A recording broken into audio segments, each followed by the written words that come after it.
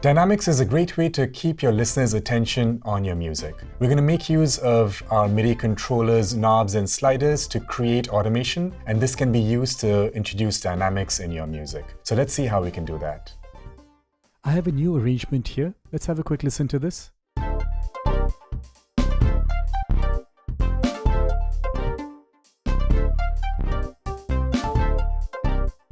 So this is the chord progression.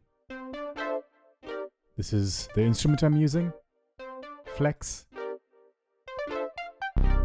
That's the bass line. This also is using flex. Then we have a melody. This too is using flex. And then lastly, I have the drums. For the drums, I'm actually using an instrument, FPC. So this is a drum instrument. Unlike the step sequencer where you have individual samples and you create a pattern over here, with an instrument like FPC, we can just create a pattern directly in a clip like this. Alright, so everything sounds good, but I would now like to create some dynamic movement in this little arrangement by making use of automation. I'll solo this melody part, open up the instrument, and just tweak some parameters as the pattern plays.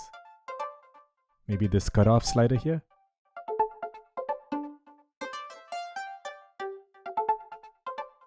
So this might be an interesting parameter to change over time. So let's make use of MIDI mapping to control this with our MIDI controller. The process is fairly straightforward.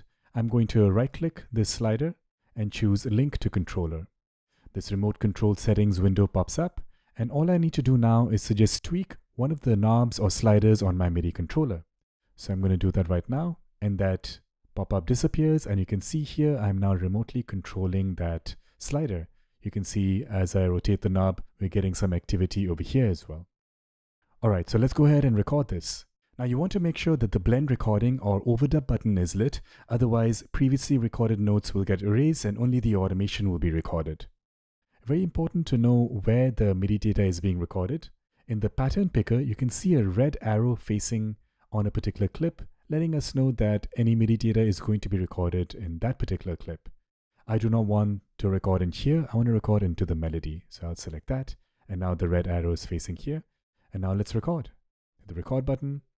It asks us what would we like to record. I'm going to choose Notes and Automation, but this time we are recording automation.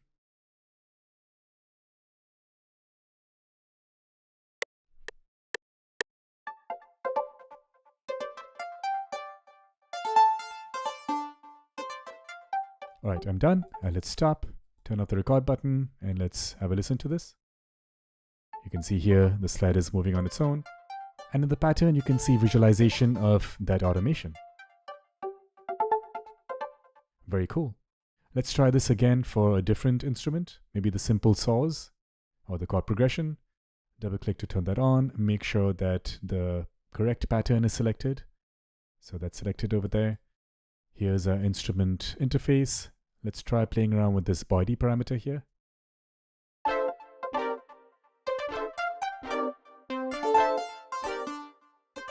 That might be fun to remote control. So I'm going to right click the slider, choose Link to Controller, and this time I'll tweak a second knob on my MIDI controller. And now that has been mapped to the slider. Alright, so let's record this.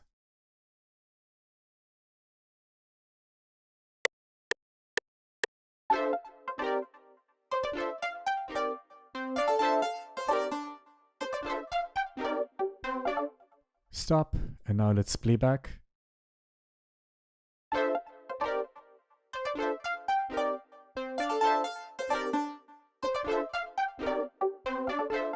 Let's activate all the tracks and hear all 4 parts together.